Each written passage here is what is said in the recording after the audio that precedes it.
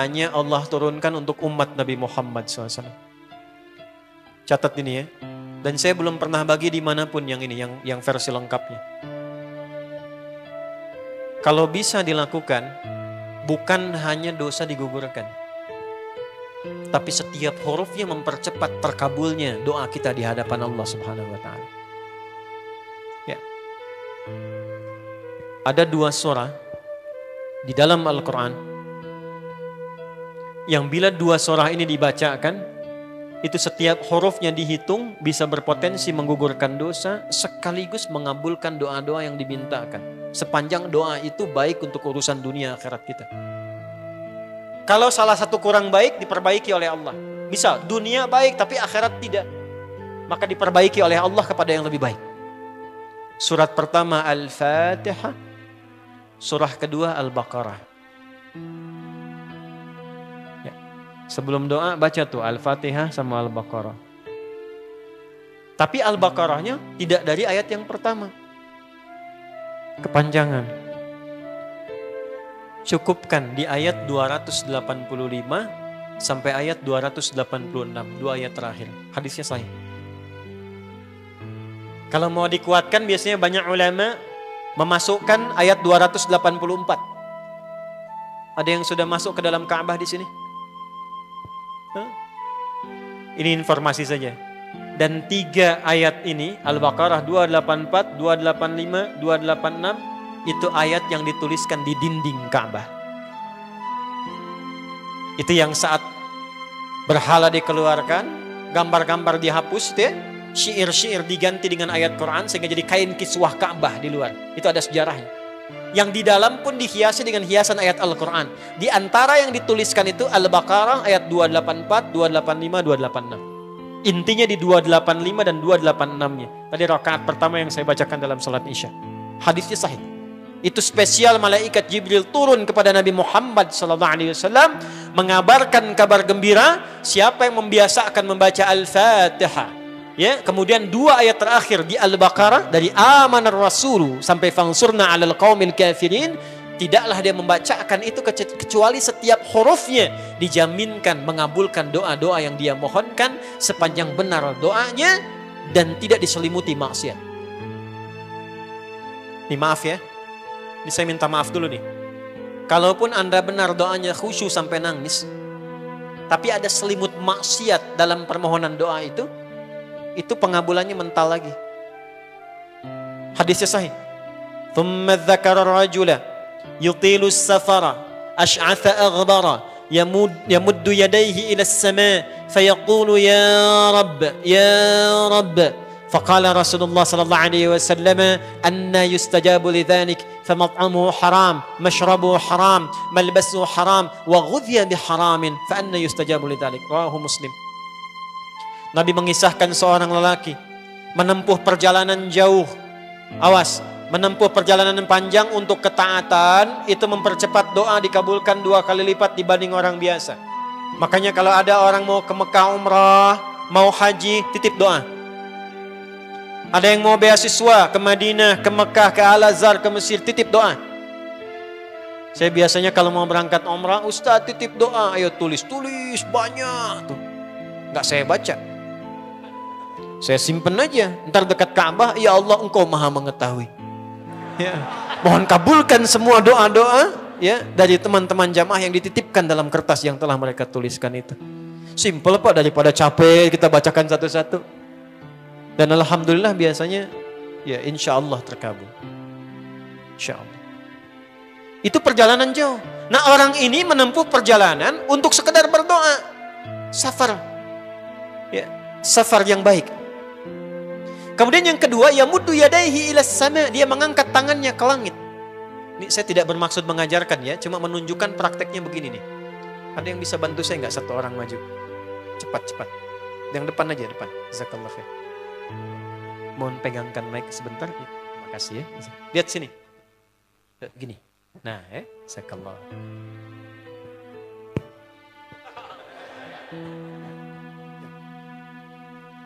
Nah, gini ya.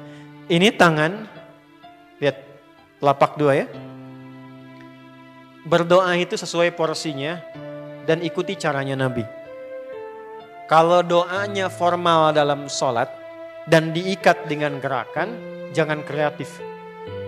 Ikuti seperti Nabi yang contohkan. Misal dalam sholat, shollu kama ra'aitumuni usolli. Sholatlah seperti kalian melihat aku sholat. Nanti ada 3 posisi atau sampai 4 posisi dalam sholat yang mempercepat terkabulnya doa. Posisi puncaknya sujud. Hadisnya sahih, inna ma aqrabal abdi min rabbihi wa huwa sajidun fa aktsirud doa. Keadaan terdekat antara hamba dengan Rabbnya adalah saat sujud, maka perbanyak doa saat sujud. Tangannya posisi sujud begini, menempel. Jadi nggak usah begini. Oke? Begini. Nah, ini di luar sholat. Di luar sholat, kalau berdoa tangan begini, lihat baik-baik ya. Ini kitabnya agak banyak, bahasanya panjang, saya berikan yang simpelnya saja ya. Baik. Ini kan teman-teman telapak yang kanan, yang kiri ya. Padukan begini. Ya. Lalu setiap Anda kan pasti punya garis yang kanan dengan garis yang kiri. Ada kan? Itu membentuk keseimbangan. Oh, ini bukan ilmu otak-atik ya. Ini ada sanadnya nih. Pertemukan 2 garis itu sehingga seimbang tangan ini. Tuh. Ini masalah sederhana tapi poinnya penting sekali. Sudah? Cara yang pertama begini. Ini di luar sholat dan bukan dalam posisi saat istisqa, saat minta hujan. Begini, sudah pertemukan.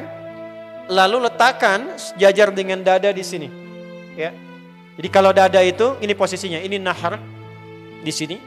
Ini ada rongga dari bagian atas dengan perut, ada rongga kosong.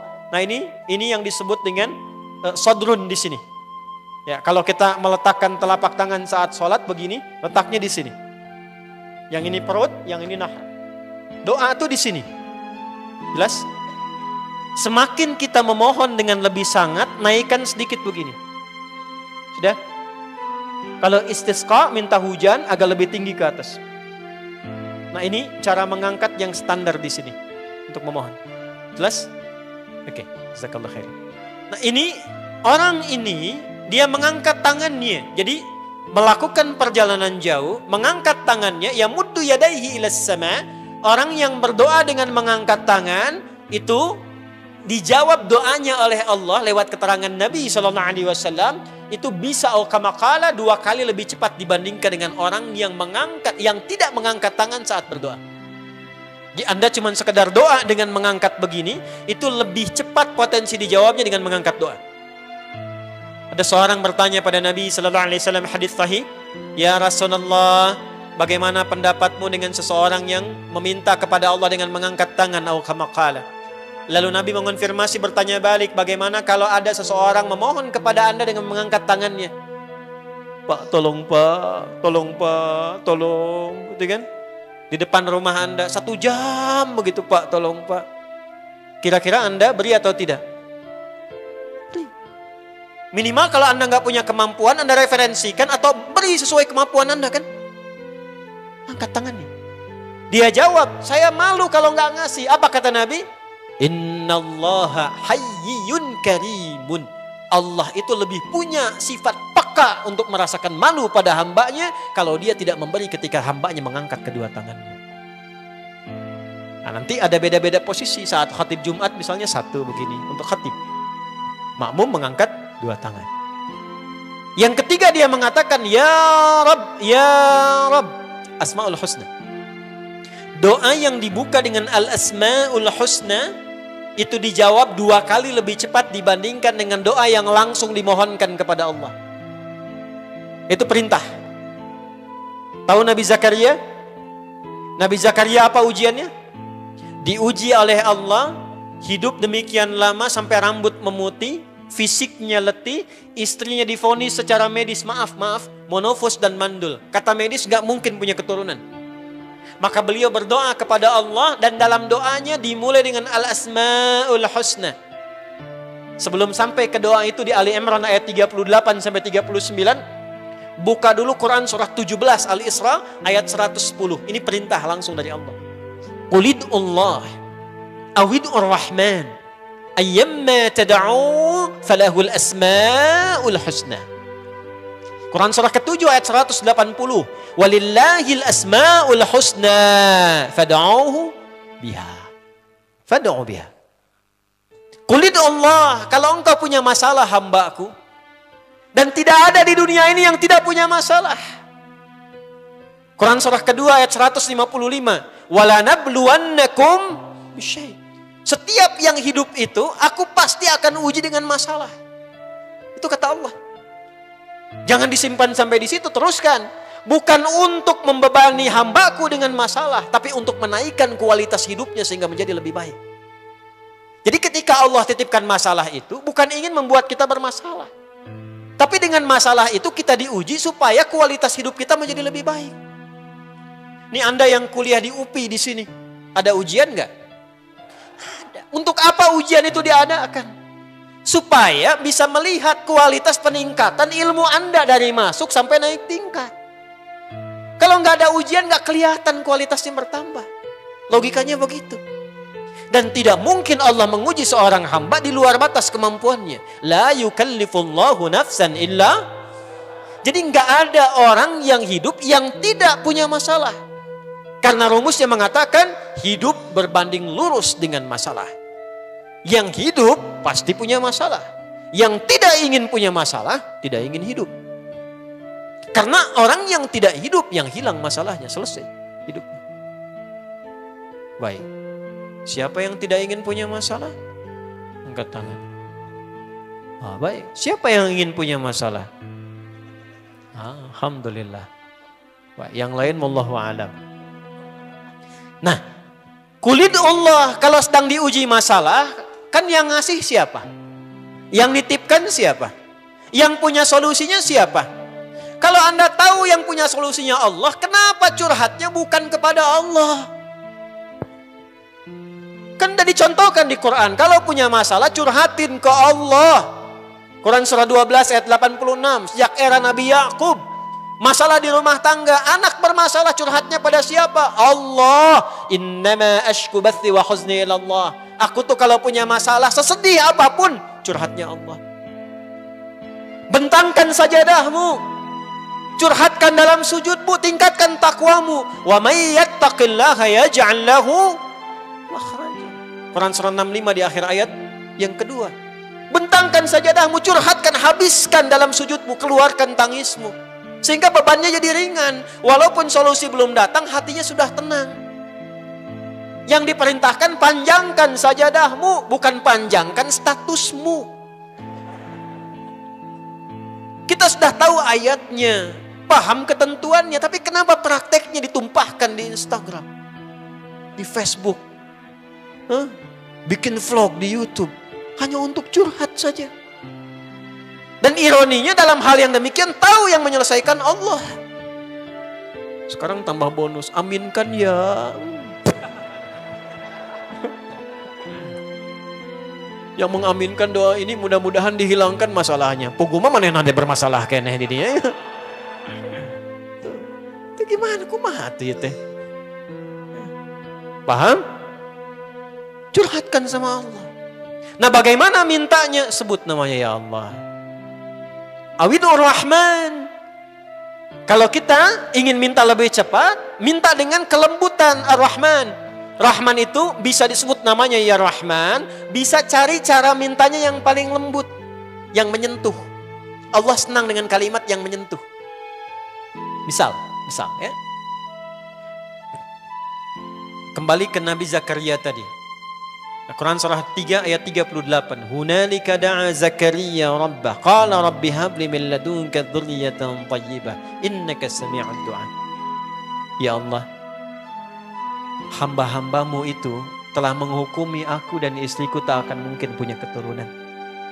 Sedangkan engkau yang maha pemberi tanpa punya batasan. Mereka mengatakan istriku punya keterbatasan. Maka aku memohon kepadamu yang pemberianmu tak ada batasan. Mohon ya Allah anugerahkan keturunan dari sisimu saja ketika mereka mengatakan tidak mungkin itu punya. Sungguh engkau yang maha mendengar doaku ya Allah. Perhatikan, kalau kepada yang maha mendengar saja tidak terkabulkan, mohon tunjukkan kepadaku saat ini dengan cara apa lagi dan kepada siapa lagi aku mesti memohon. Itu dalam banget. Ya Allah, Engkau perintahkan aku berikhtiar mencari kerja, aku lakukan. Engkau perintahkan mengeluarkan keringatku dengan cara yang halal, aku kerjakan ya Allah. Engkau perintahkan aku jauhi yang Engkau larang, aku lakukan ya Allah. Sekarang aku telah berikhtiar dari sejak keluar, aku telah menunaikan sholat subuh seperti yang Engkau maha mengetahui. Dan menjelang malam aku mengadukan bahkan di rumahmu ya Allah hanya untuk sesuap nasi bagi istri dan anakku dari yang halal itu. Aku telah melakukan apa yang Engkau perintahkan, aku hanya memohon apa yang telah Engkau janjikan. Kalau dengan semua ikhtiar yang aku kerjakan sampai detik aku bersujud di hadapanmu di rumahmu ini belum Kau kabulkan, mohon tunjukkan kepadaku di malam ini ya Allah, dengan cara apa lagi mesti aku memohon kepadamu. Minta. Pernah enggak begitu mintanya? Itu Rahman.